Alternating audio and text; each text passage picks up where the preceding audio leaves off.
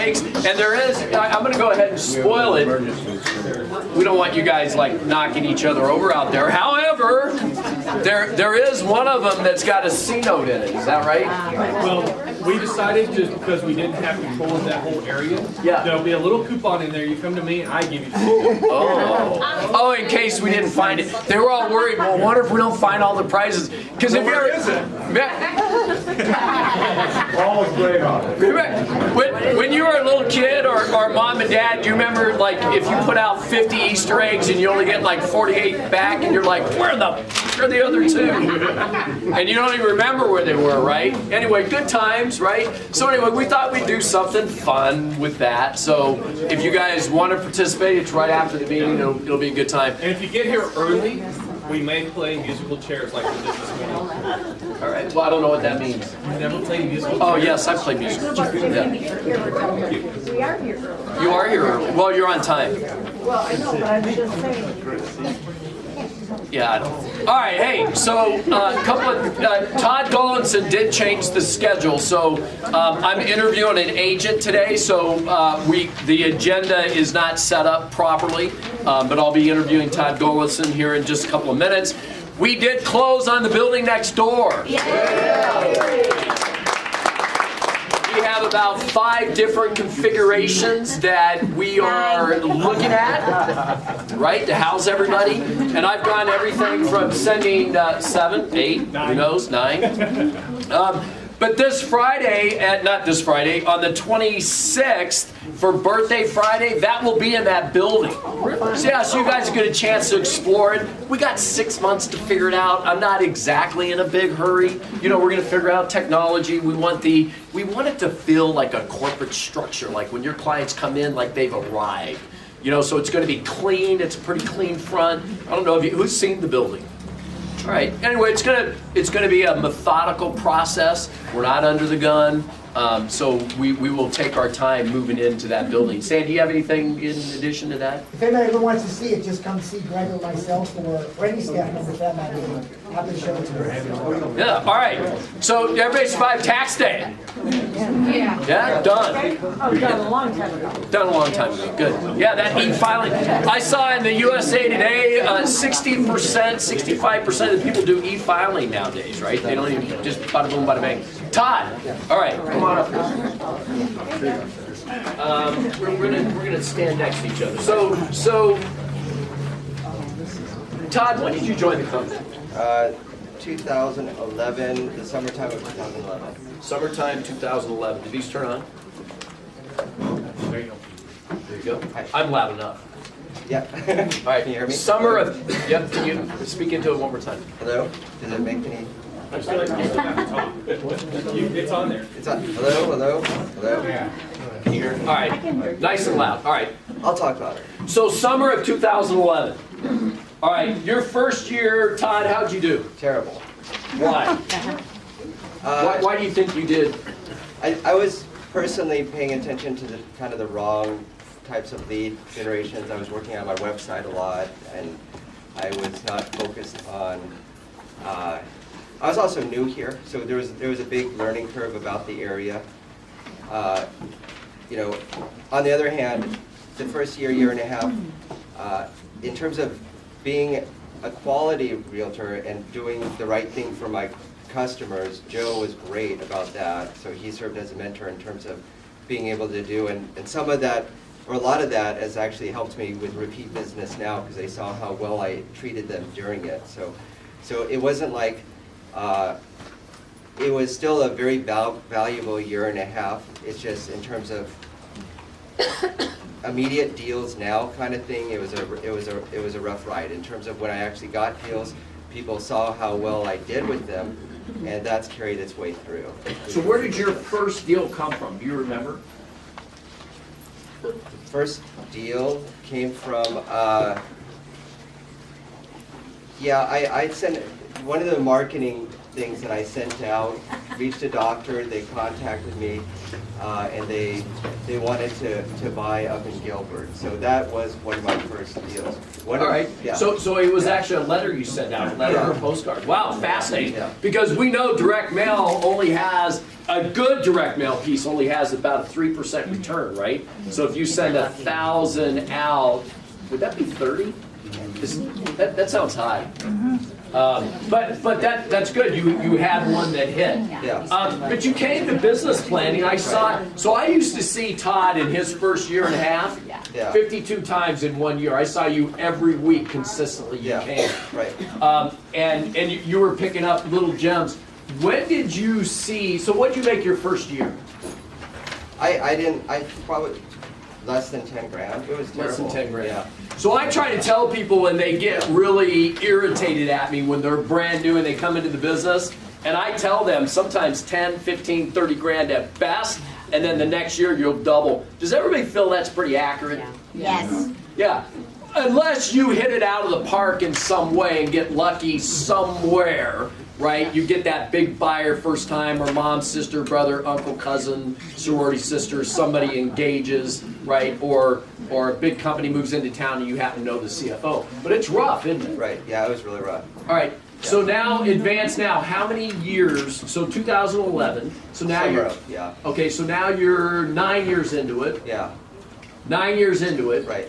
When did the light bulb go off? Like when did you all of a sudden like click? Well, 2012, the second half of 2012, I started figuring things out. In 2013, I think I made 155. that year. 2015. So 4 years. 2013. 2 years later. Yeah, a year and a half into it. 155. Yeah, Wow. right. That's exceptional. Yeah. Unusual, right? Yeah. Okay. Right next to yours, I know Yeah. where his desk was. You were breathing down his neck like a dragon. Like I said, he gave a lot of good advice. It just took me a while with the environment, and, just learning the area and all that. Right. There's a lot of So great what was the changing moment where you all of a sudden said, bang, and what did you implement to go from that 10,000 to 155? Because that's a big leap. Well, I would suddenly sell a couple on open houses, not the actual open house, but taking clients to other open houses that I met there. And it was kind of a strange thing because the open houses, it was kind of contradictory to the way you would think. I was always trying to hold open houses that would had a lot of traffic. Everybody talks about, oh my God, 30 people came in over the weekend, it was a great open house. And then, so what I did was I charted things out. I'm like, why am I selling a few of them off of some of these open houses? And I was having a real struggle on these other ones that I should have been able to get a client and take them, and the volume was there and everything like that. And the thing that really clicked was rare, unusual, and less competition, and hard to get to. So if I had to put 30 signs out in the subdivision to get to the house, and only 4 people showed up at the house, and there was something unique about the house, I got a client and I sold him a house. Wait, you said rare, Rare. unusual, Yeah. unique, Yeah. and no competition. So Hard- like something out in, so I'm making something up here, right? So Right. follow me on this. So like out on Cave Creek, way north Cave Creek in like the Continental, where that old gold mine is, like I'm trying to think, Fleming Springs. Like up in that area, like that Well, unique? no, not that unique. It's just if there weren't 25. Well, I'm wondering how, so Right. do you mean unique design? Okay, so, well, first of all, if there weren't 25 open houses on the street corner, there was only 2 or 3. That was a better thing for me. Okay, so it was a little bit less competition. And then maybe in the house, it was the type of house that had a great design or a great update, and none of the other homes did. That was really good because all the neighbors would come in because they'd want to do the remodel just like that, and other people were seeing it online. So it was unusual for the area. Now, in terms of selling that house, it might be kind of hard because they may have overbuilt, they may have done something like that. But I just started thinking, well, if it's unique and it's rare and it's hard to get to and it's hard for me to set up, what if I just kind of apply that all over the place? Right. So more of a sniper approach versus shotgun, right? Right. You would rather have 4 quality people than 30 Right. people coming in trying to manage them. Yeah. All right. Exactly. So now let's advance to this year and last year. So 2 years into it, 155. what are you making, what'd you make last year? 193, Okay. and And what's been your best year? well, this year I'm at 145 since January. Wow. Wow. All right, now, and I didn't know this, by the way. It's not like I pull statistical data. The reason why I chose Some are a couple are new builds that they're all wrapped up in a contract. Sure. Like a new build or closing in a few weeks, but including that will be 145. right. So you're on pace to maybe do your best year. Yeah. All right. Yeah. All right. Now you told me this morning. Yeah. Awesome. Yeah. You told me this morning. Now you're going to start. You got so many leads, and your Right. lead generation is progressing so rapidly Yeah. that you're going to start maybe with the buyer's agent and some transaction management and build Yes. a team. I'm thinking about building a team. So, I mean, if there's anybody who's struggling the way I was struggling, just reach out to me. I'll go out for coffee with you. And it's probably not something that we should start talking now. Probably won't actually do it until the late summer, early fall, just because I kind of tuned down actually the leads because in terms of the numbers I was getting because I was having a hard time managing. So I'm getting a part-time assistant. I have a full-time virtual assistant trying to help me manage all of that. But yeah, reach out to me. Feel free, or just even if you don't want to join a team, but you just want some like free advice over coffee, I'm happy. All right, so you guys have all heard me talk about board games, right? And Todd's board game has changed a lot. So remember, the board game is just getting point A to point B, and everybody's board game is different, right? It's a good problem. So when Todd first joined the company, married, no kids, Yeah. right? Oh, yeah, Now, that's true. 8 years later, Yeah. still married, congratulations. That's good, 50% chance, right? Higher than Scott said. Still married, but two kids, Right. and doing more. Right. How do you manage all that? Right. Fear. No. Well, there is that fear, right? When you have responsibility for other people, you can ask a team leader in here, and it's stressful because you're providing now for people, right? When you start providing for people and mentoring people, your game goes to a whole nother Well, level. that's when my wife was pregnant. That's what she said to you. Oh my gosh, I'm pregnant and you're selling houses. That's weird. Wait, she said, I'm pregnant and you're selling houses. Why is that weird? Well, because all of a sudden, like, she goes, maybe I just need to have more kids. You keep doing better as Go for 7! so, Anyway, I'm really proud of Todd. I'm gonna reach out to other spotlight agents that have started from scratch and now at the pinnacle, hopefully not the pinnacle of your game, but enjoying the climb. Right. So congratulations, Todd.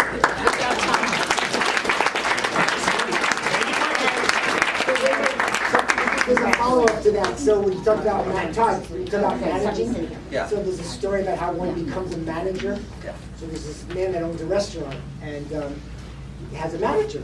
And for 10 years, the guy's managed the restaurant, he's been very successful. One day the manager just quits, just walks out and quits.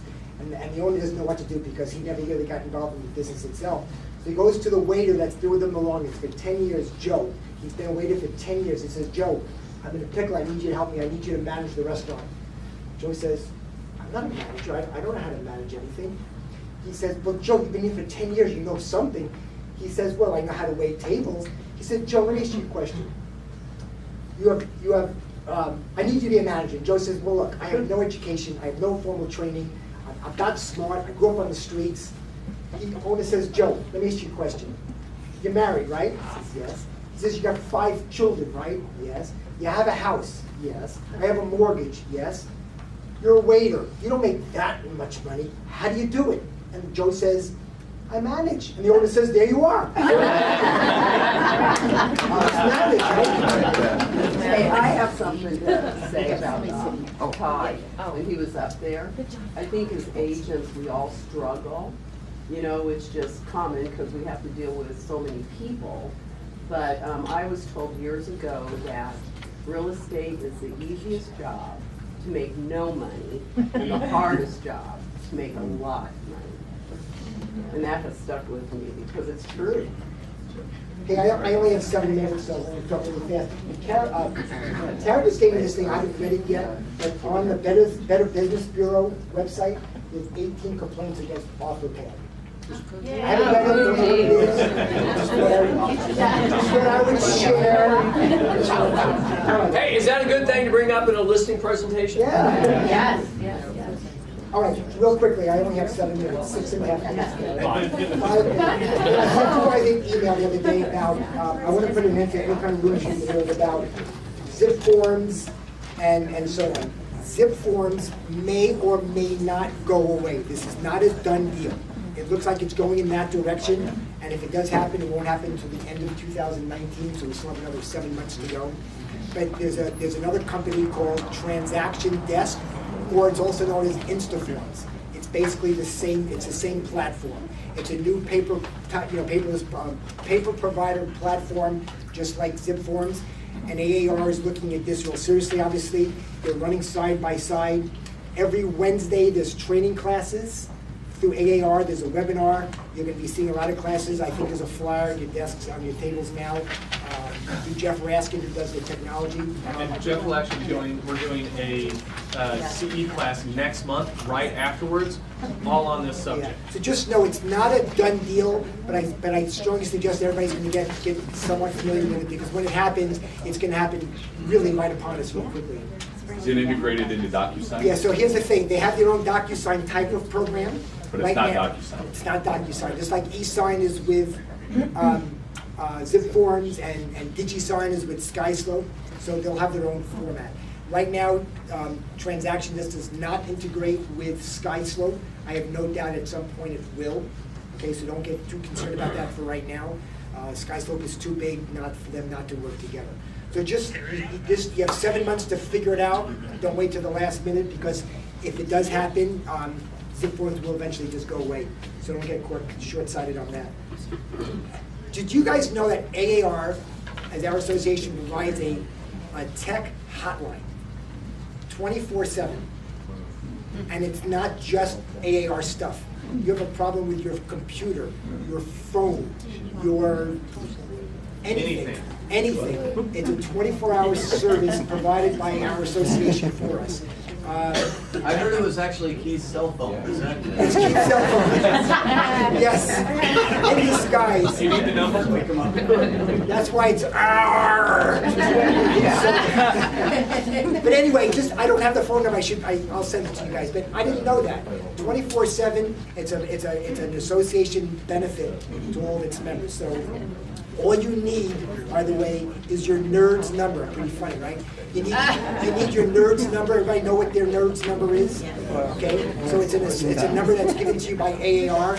And when you get they don't mail the magazines anymore, do they? When you get your NERDS magazine, you can just go to AAR website and look up your NERDS number. It's a 7 or 8 digit number, but that's how they identify you. That's all. It's also on your you need. magazine. In June, there's a new form coming out. We've talked about this briefly, but it's coming in June, right? AAR puts out new forms 3 times a year, in June, October, and February. In June, the form is called a notification form, and that's all it is. It's a notification. In our purchase contract, we always have things that seller shall notify buyer, or buyer shall notify, but there's never really a formal form. So it's just a form that says this is to notify, originated by, to whom, for this address. This notification states, and whatever you're stating in the notification. So it can't get any more simpler than that, but just another form called a notification form. And finally, be careful as Todd when you put out 30 signs for an open house. The city of Scott, I heard this from 2 sources. One is from the city of Scottsdale Police themselves, and one through AAR. City of Scottsdale, not Phoenix, is really cracking down on open house signs. We go through this every 5, 7, 10 years. We go through this whole cycle where we're putting out signs in medians, we're putting out the banners, we're putting out flags, we're putting out whatever. They're starting to crack down again because I it just just got. lost 2 of them last weekend. Say it again? I just lost 2 of them. I had an open house on Shea, west of Scottsdale Road in the median. Nothing happened for weeks, week after week after week. And I've had it last year with another listing. This past weekend, They Yeah. took 2 right out of the meeting. And they won't come get you either, that's what I'm told. No, They're just, and they're just no, gonna take them. They just disappeared. Yeah, they're just gonna take them. So just be a little mindful, can't do medians. You know, I don't know if there's a number, like there's 3 or 4 number of signs per house. It's per turn. and it's Hold on. You're not supposed to put them further than, I think, a mile away from your house. And you can put 1 per turn going to the house. But there's no mediums, none on the sidewalk. I can't stand it. I see people always putting them, blocking the sidewalk. It's horrible. So yeah, and actually I've got a thing from the realtor tour, the Pinnacle Peak one that tells you all the rules. Here's an FYI for you. So anywhere along Shea, and it got another one last week on Pima at the median by Paraiso.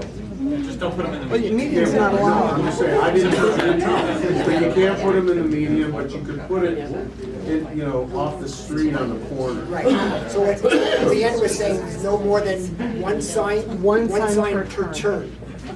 So you're coming from different directions, just be mindful of it, because most of us work in Scottsdale and we're starting to see some of the effects. All right. Thank you. We have a few new agents with us. Some of them have not been here since they've actually joined. So I'm going to call on them and let them know, stand up, get a little bit about themselves, and then we'll move on. So Bruce Swift and Jennifer, they're new. This is their first time being in there. So tell us a little bit about yourselves. Well, I guess I started in real estate at 13 years old. My parents were in real estate outside of Chicago, and they had me doing open houses. But technically, I got my license at 18, broker license at 19, and ran 6 big subdivisions outside of Chicago, 1,000 lots, 1,000 homes, and did a lot of developments too. Sold a lot of real estate, and we had 10 agents at my office where my parents were, and I ramped it up to 40. Had it really going on. We built a lake a mile long. My developers did. I was in charge of it. And I became a big babysitter.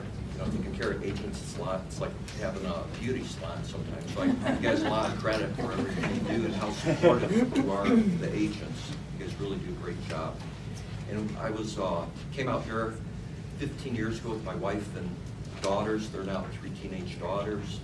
And started doing fix and flips out here also, and got back into real estate with Keller Williams for 7-8 years, then made a deal with Fidel and Sandy, and thrilled to be here at REMAX. I do have a small team with Jennifer and Angela, and we're at the Promenade, right across from Benihana. And just happy to be here with you guys. Jennifer? Hi, I'm Jennifer. I work with Bruce. I actually was with REMAX My Properties back in 1998 with Dave Messner and Jim Dustin with my ex-husband. And it's amazing that it's such a small world that I'm back, and I'm glad that I'm with Dell and everybody, and I love the whole team. So thank you guys. Thank you. Dan Strunk. Our new just joined about 2 weeks ago. Yeah, I was with REMAX Professionals for almost 10 years, and that's on the west side of the valley. In the last 6 months, I've been with EXP, and ironically, I met Jamie at a party for one of my best friends. We talked about a month ago, and talked again about 2 weeks after that, and a week after that, and here I am. Well, thank you. Tracy Davis, are you here, Tracy? No, Tracy. And then we have another new agent up in Flagstaff, Ana Maria Rosario Ortega. So unfortunately she wasn't able to make it. It's a 2-hour drive, so everybody understands. So our guest speaker today, I know that's a great transition, wasn't it? Our guest speaker today, we've had him before, and we had such a great feedback from him that we tried to get back. Yes. Svetlana, sorry, I didn't see you. Yeah, stand up. You're back there, thank you. Oh, hey, Svetlana. Hi, I am a new agent. I was born in Russia. I came to Arizona like 15 years ago.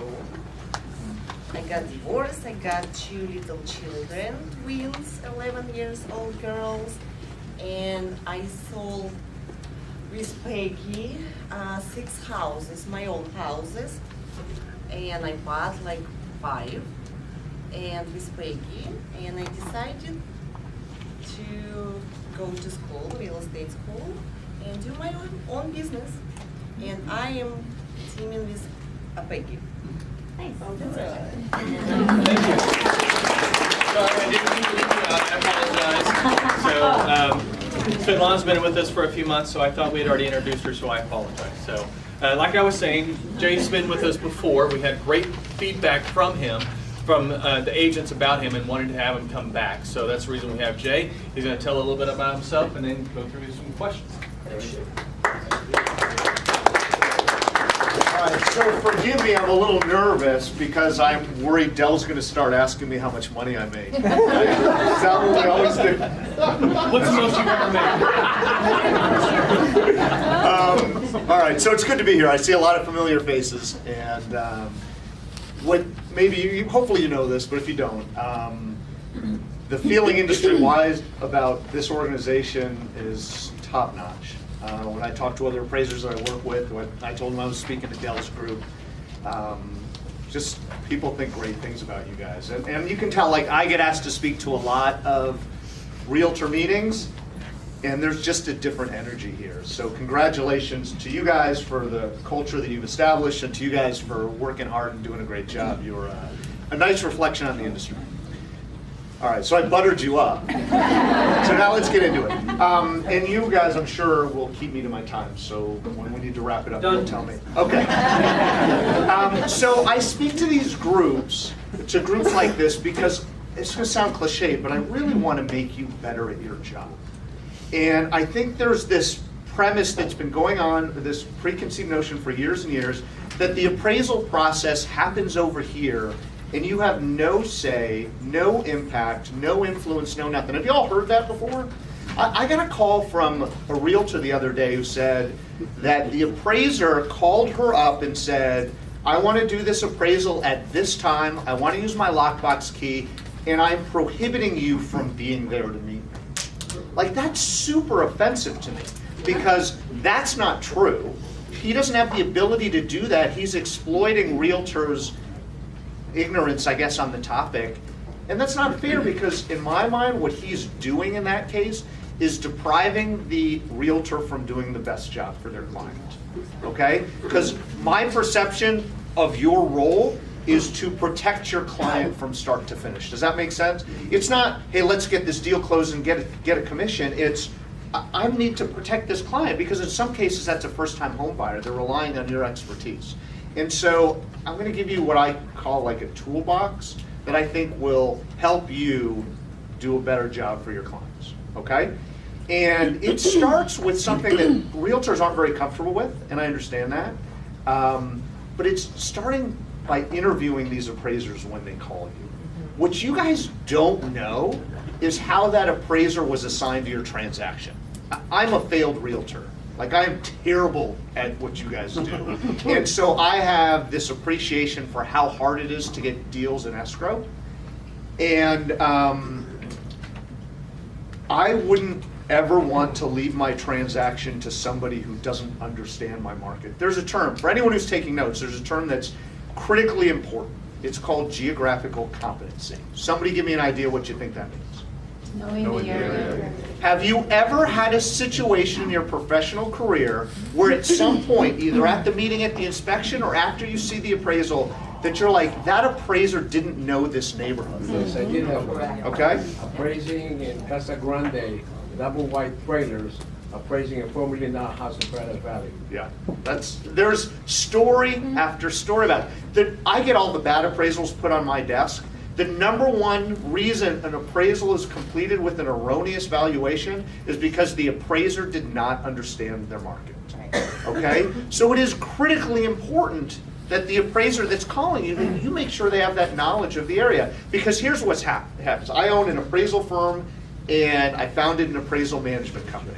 And at the appraisal management company, we realize, our company, VTS and Apex, that the most important part of my job is finding you the right appraiser. But a lot of my competitors don't look at it that way, and it's a straight rotation. Oh, cool. I get to go from Santan Valley to Paradise Valley today. Like that kind of stuff. There's no assurances that you're going to get a geographically competent appraiser. One of the big competitors in this market, they blast their appraisal orders to 10 appraisers, and whoever clicks yes first gets that order. That's not checking geographical competency. Super quick example, I know we're on limited time. Who knows where Arcadia is? Can you guys stop calling everything Arcadia, by the way? Can we just, for this discussion, agree that Arcadia is 44? Light, now they're going to heavy. Heavy, light, whatever you guys want to call it. It's driving me nuts. But super quick, 44th Street, Camelback, 68th Street to the canal north of Indian School Road. Can we just agree for this argument that that's what it is?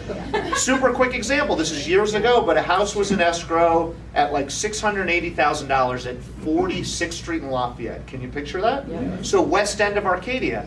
Appraiser didn't know Arcadia. Guess what happened? Stuck to a mile radius. Well, if you're looking at the map in a mile radius, what happens? You go west of 44th Street, you go south of the canal.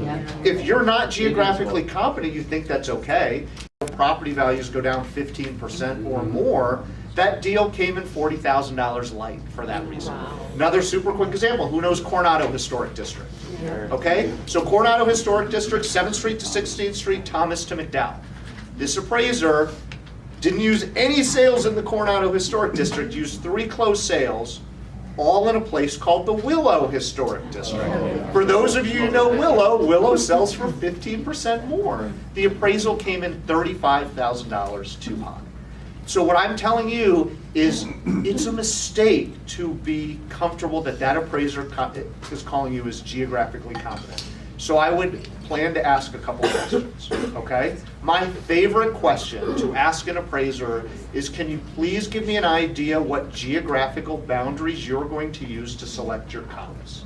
Does that make sense? You want to ask questions that an appraiser can't lie their way through. And if I know my market, if I know this market, I can answer that question, okay? It's really, really important. And I think the way you set it up, because appraisers aren't going to like this line of questioning, you set it up by saying, hey, I haven't worked with you before. I mean no offense. Please don't take offense. I'm just trying to look out for my client's best interests.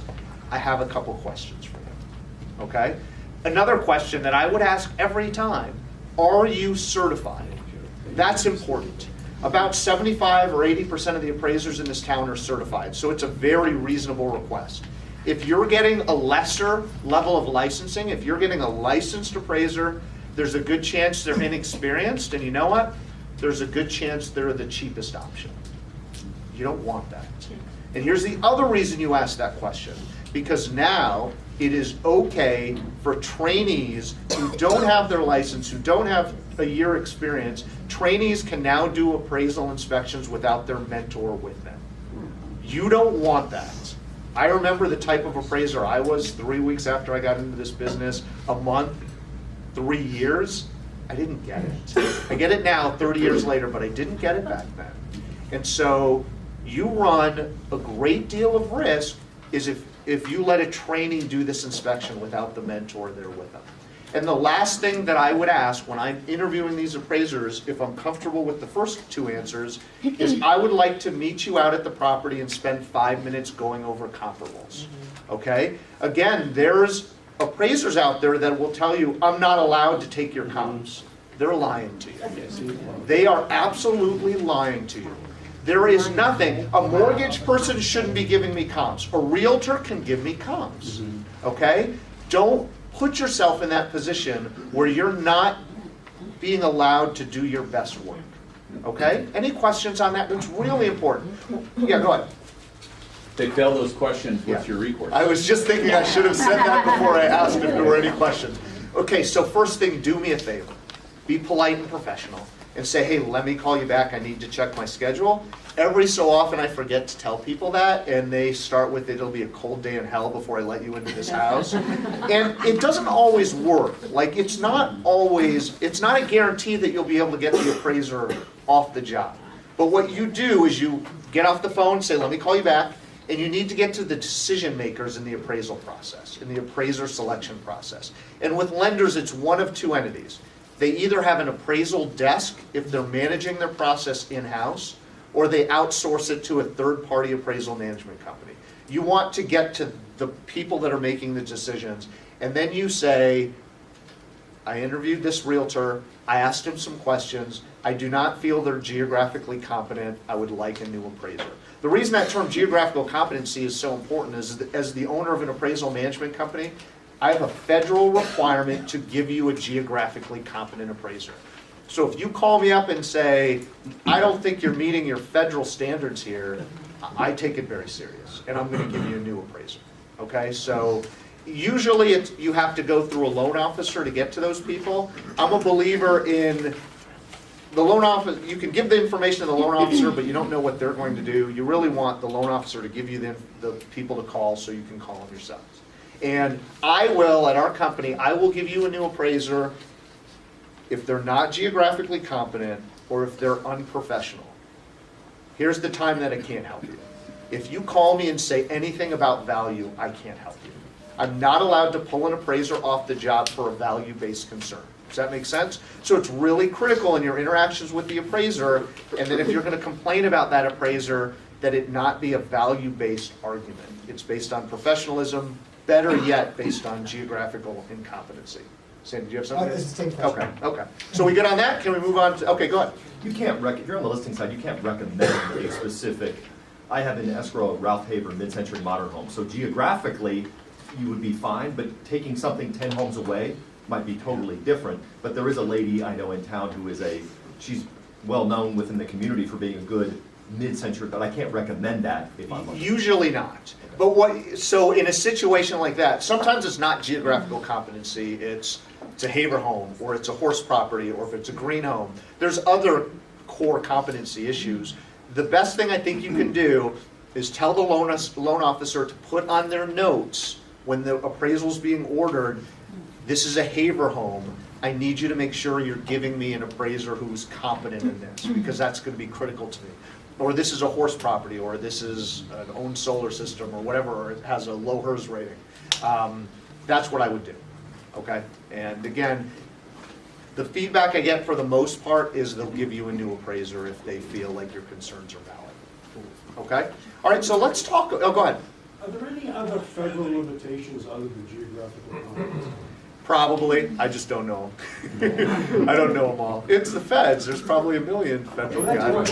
His question led me to wonder whether you could raise the issue on if the property was a horse property. Yeah, you should, it's same issue. I had a review an appraisal across my desk, and the realtor said, hey, I don't think this appraiser knew horse properties. Can you take a look at it and give me your thoughts?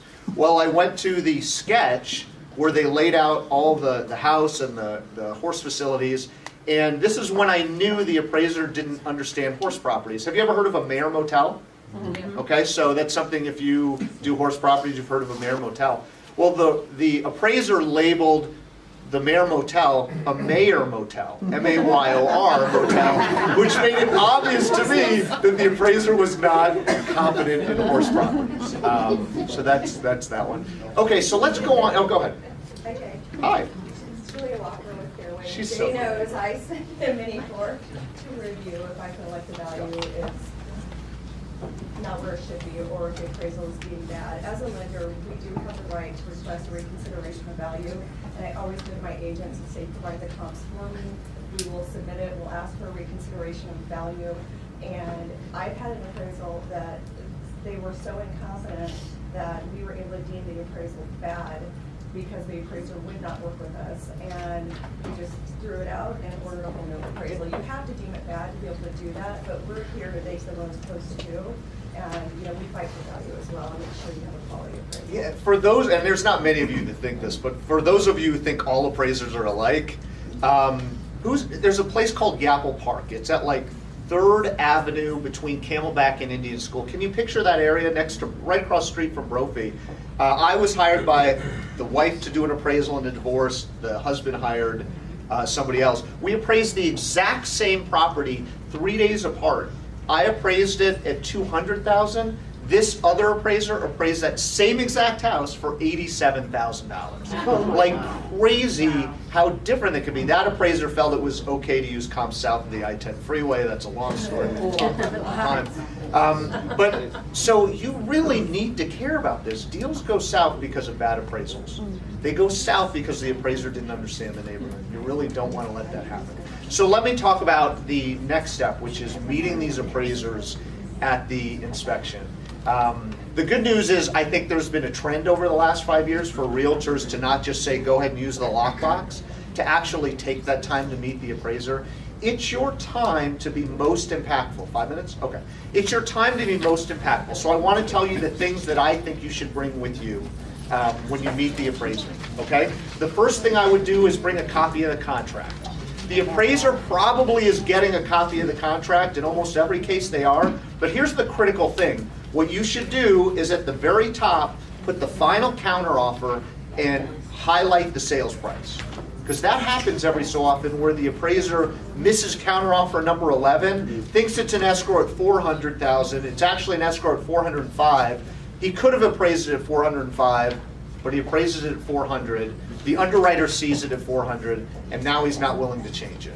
I've seen deals go the wrong way because the appraiser didn't get the final counteroffer, and he's one of those lame appraisers that was just appraising to hit a contract price. Always ask. Yeah. Always ask. You should do that. Yeah. Jay, this has made me nuts for 30 years, and Me too. I've never gotten an adequate answer.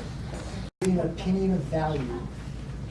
Why do they need to know what the sales price is? Well, so and the terms and conditions go with it. So the industry, so appraisers are subject to whatever lenders tell us, what the lending industry tells us. And the lending industry came out 5 years ago when I thought they were going to go the other direction. They said, we want you to evaluate the purchase contract every time. Anytime it's for a loan, we want to make sure you're provided the contract and we want you to review it. It seems counterintuitive to me because they wanted to take influence out of the appraisal process, but what do you think influences appraisers more than any single document known to man? The purchase contract. So I can tell you why it happens, because lenders want it to happen. I don't understand it. It just seems to be more of a justification of the price. Shouldn't be that way, but it is. It's way too often it's appraisers trying to hit a number and then they stop. Sometimes a buyer's getting a good deal and why can't we appraise it for what it's worth? So I'm in your corner. I hate that about my industry, but I also understand that's the way the industry is. Okay, so I gotta work quick. Make sure you bring a copy of the purchase contract. It's really important. I think you should produce 2 documents. One of them is an upgrade list. If it's got 4 mica counters and vinyl floors, you can skip that step. The other is a chronological list of updating. Do you see how they're different? And the reason that document is important to me, if they've done a lot of work, is I have a story I have to tell to an underwriter. And part of my narrative might be, hey, our house is nicer than most. You're going to help provide the here's why. Okay? Here's the information. And if you can do it chronologically, here's what they did in 2018, 2015, 2014. With dollar amounts, it's really helpful. But it helps me tell a story, so you're helping me help you. Okay? Multiple offers, really quick. You know, appraisers lie sometimes, but you know what? So do realtors sometimes. And I have heard many times in my career multiple offers, but I ask for copies of the offers. And I understand Sandy would probably tell you, hey, you can't disclose, maybe you can't disclose. 7 years ago you did for me and you asked me for it and I gave it to you. Yeah, you're great. This guy's great. But multiple offers is part of my story. Does that make sense? Maybe at the end of the day, you guys understand appraising, even though we put one number on it, it's really about a range. It's really rare that a house is worth $415,520. That's not the way it works. It's usually somewhere between $400 and $410 or something like that. And if we're under contract at $410 and we were on the market one day and we had 3 offers, that helps me tell the story. And that won't get me to $420, but that'll help me get to, okay, that's going to get me to the high end of my comfort level. So give me copies. You don't have to print every page, but print some pages of that. That helps me tell the story. Last thing is comps, and then we can wrap it up. I'm a big believer in you providing comps. I want to know what you have. This might be your farm neighborhood. You might have insight on the community that I don't. okay? I think the sweet spot's somewhere between 3 and comps. You give me 1 comp, you know what that means to me? You can't find anything else that supports your contract price, and we're in big trouble. You give me over 10, that's just too much. You're not filtering the data. I'm just going to do my own work. Somewhere between 3 and 10 is the right number. This is your chance to be impactful. Don't just give me the good stuff. House next door sold yesterday for $15,000 less than you're under contract. You have 2 choices. You can hope I miss it. I will miss it. Or you can provide me information that I might not have otherwise. House smelled like tuna fish, smelled like smoke, divorce, green carpet, whatever the case may be. Tell me something about that to help me understand why yours is better. Okay? I think 1-page listings, and then put notes in the top right corner about each of the comps. Tell me what you know to help me do a better job for you. Yeah? If you have a tough time finding comps, how far back can you go? More than 3 months? I mean, Yeah. I'm a big location guy. So my first search every time is active pendings closed in my subdivision. I go back a year. Doesn't mean I'm going to use comps 11 months old, but if the only sale I have in my subdivision is older, I really want a frame of reference in my location, so I might use that. 3 months is the preference, but most appraisals include comps over 3 months old. All right, any other questions? How far back don't they go? Usually it's rare that I'll go over a year old for comps. If I'm going over a year, it's an incredibly unique property. Like one Todd might be listing. Yes. Is there any kind of sort of standard for pool, no pool, 3-car garage, 2-car garage? Yeah, the bummer about this, I hate this, you're bringing this level down here. I don't have a chart. Everyone wants my chart. What's a pool worth? What's a garage worth? I don't have one, and the reason is because it's so neighborhood specific. And I learned that a long time ago. So here's the good news. All of you have my business card. If you don't, I'm going to leave some flyers over there. If you ask me what a pool worth, I'll say somewhere between 0 and 100,000, and that's not going to help you. But if you say, what's this type of pool worth in this neighborhood, in this price range, we can have a really intelligent conversation, and I'm happy to do that for you. Yeah. As realtors, we rely a lot on price per square foot, and I know creators hate that. Yeah. I don't understand how to speak your language. Yeah, so the super short version answer to that question is, yeah, you're wasting your time if you talk to appraisers about price per square foot. So can you imagine what the sales comparison approach looks like? Imagine the appraisal report. And included in price per foot, because if price per foot's impacted by sales price, covered patios, lot size, view amenity, bedrooms, bathroom, fireplaces, covered patios, pools. Do you follow what I'm saying? All those things are included in what creates price per square foot. I, as the appraiser, am adjusting all those things separately. So when it comes down to it, I don't really care about price per square foot because what I do is so much more detailed than that. So just trust me, it's a waste of your time to talk to the appraiser about price per square foot. Yeah? I just want to say the other value that you use in Jay is that he just came in, I called him in on a cash transaction that I was doing in DC Ranch. And, the buyer was nervous. Was he overpaying? So Jay came in and did an assessment for us and it helped solidify the deal. That's really nice. I'm going to bring you with me to all my stuff. Yes. So you're under escrow. The home's appraised. It falls out of escrow. And a couple months later, you get another offer. It's appraised. How far back can you go on the first appraisal? Well, so that's probably more a lending question. For me, there's no warranties on my appraisal. I say it's worth this amount on this date. Good luck to you in a month and 2 months. So like 90 days doesn't count. Yeah, normally the lender's going to have to order a new appraisal. And I hate to say you can provide them a copy of the appraisal, but typically they'll have to start it.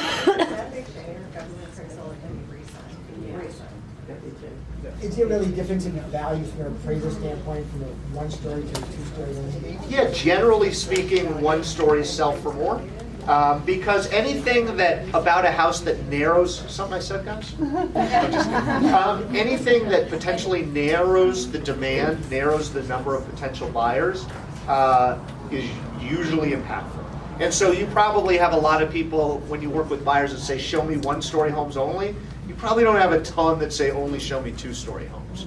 So I would prefer to use 1-stories when I'm appraising a 1-story. It's not always the case, but when I'm a 2-story and I'm using a 1-story comp, I'm cognizant of the fact that likely I'm gonna make a downward adjustment because that house probably sold for more because it's one story versus two. See, I just, as a comment, I just never understood that concept, because you can argue on the other side with a two-story, because you're building up rather than out, you're getting more backyard space. I more totally get it. Usable space, or more, patio space. So for me, that's one of those adjustments that I keep my eyes wide open for. And so when I'm gridding up 2 stories and 1 stories, I compare the 2 stories and what they're adjusting out at to the 1 stories. And so I let the market tell me. So I have a suggestion. You teach a CE class, we right? teach a 3-hour class for credit. All right, so let's, within the next 90 days, let's book Jay for a CE class and make it RE/MAX specific, because I think we'll have the whole room. Great. And because I can see that all the wheels are turning in this room, right? It's a fascinating subject. So let's book Jay in the next 90 days for Okay. Hey, you guys have been great. I'm sorry I have to take off. You have my cards if I can answer any questions.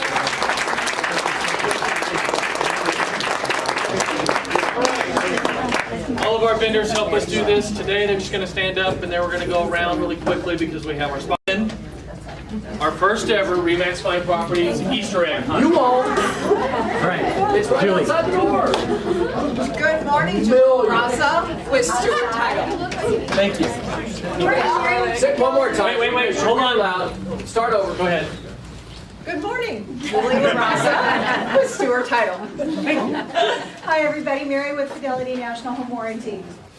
Good morning, everyone. Sharon with AJF Inspections and Engineering. It's okay. Hi, Tiffany from CNN Mortgage, and Zeno is our spotlight vendor, so we'll take our time then. Yep, first. Ellie Costa, Chicago Title, and Jill is missing. Good morning, I'm Liz with Rebecca Neesing's Allstate office. Deanne Martin with Zing Realty Media. Zing. Katie Grubasic with the Tobias team at Fairway Independent Mortgage. Good morning, Julia Walker, Fairway Independent Mortgage. Hi, everyone. Dennis Nobley, Horizon Inspection Service. Thank you.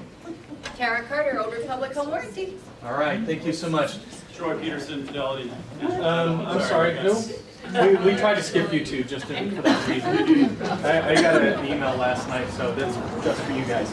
All right, our spotlight vendor for last month was in March. We don't have a spotlight vendor for April, but CNN is our spotlight vendor, so we're going to give them their time that's due. Come on up. Cool.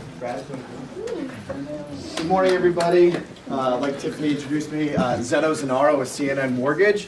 And today we just want to talk about a lunch and learn that we're going to be hosting on Thursday. I thought this is pretty good because we've got 2 ways to kill a deal, the appraisal and then the underwriter, right? So today we're going to introduce you to Brad. He's actually been an underwriter for over 20 years and with CNN for over 10 years. He's the one that's responsible for keeping up with all the guidelines that come out for FHA, VA, conventional stuff like Fannie and Freddie. So he's basically the main compliance guy.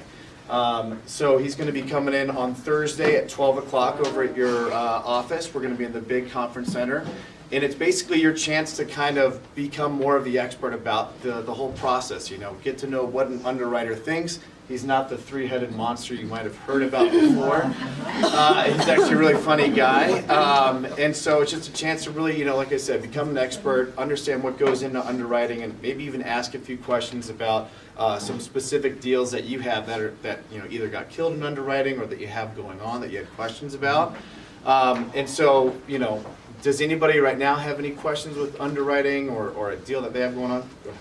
I do have a question. I have a deal right now that's a VA deal, VA loan, and the VA wants my sellers to sign a document, just a 1-page thing, saying if for some reason if we deem that the home isn't worth this amount, the sales price, then the seller will accept that and the deal will still go through. This is a VA requirement? A This is VA the lender's requirement. requirement.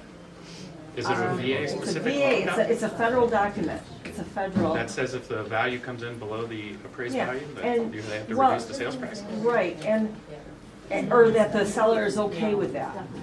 And here's the thing is we already had the appraisal, and just the way that it's worded, it isn't worded exactly like that, but it's kind of my seller won't sign it. And so now it's holding up the whole process. You know, Can I answer that? Absolutely. From my perspective? Please.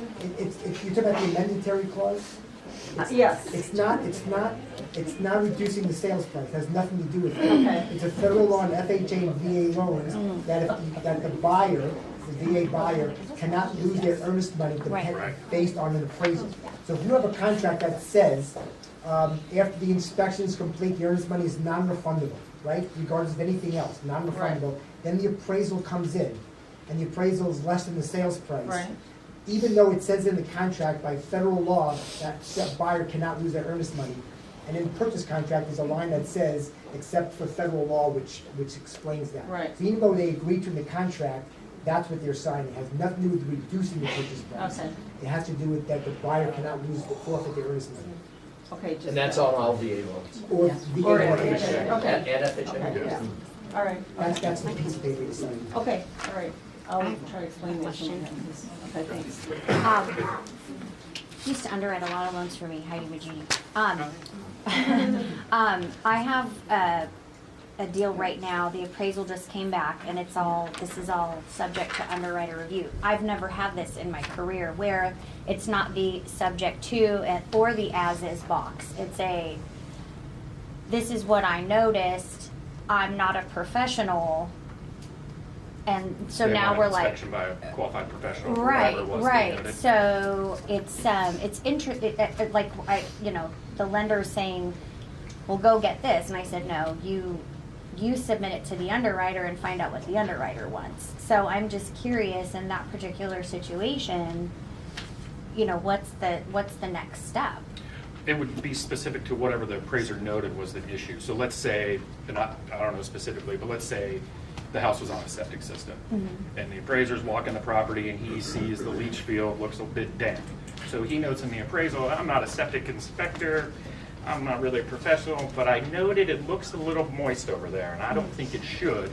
So he'll mark the appraisal that he wants a professional in that field to go look at the property, make an assessment if there's something wrong with the septic system.